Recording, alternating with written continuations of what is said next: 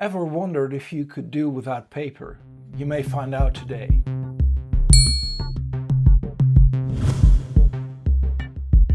Hey, what's up smarts? Happy Wednesday.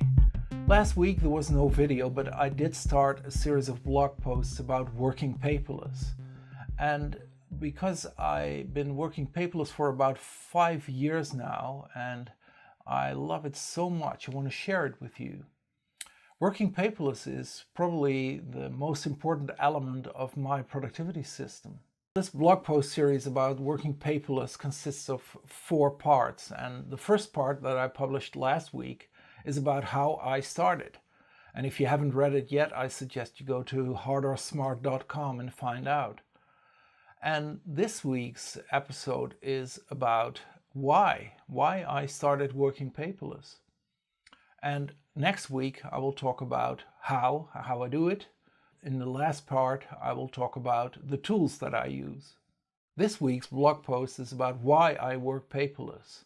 And there are several reasons that I can name, but there are 4 that I think are the most important ones. And the first is environmental reasons.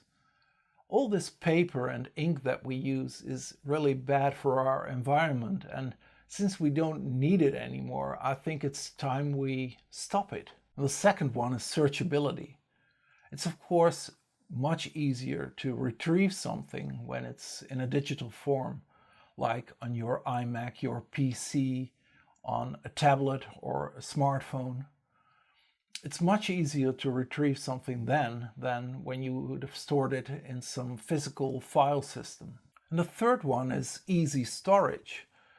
Paper, of course, needs a lot of space, and it can be quite heavy when you have to carry it around. And then you also just have a selection with you.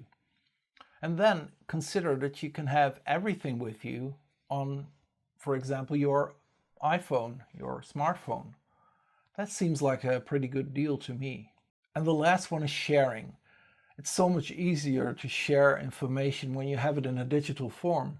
When you want to share information and you have it on paper, then it's a lot more difficult. So if you want to find out more, please read this week's blog post and stay tuned for part 3 and 4, where I will talk about how I do it and the tools that I use.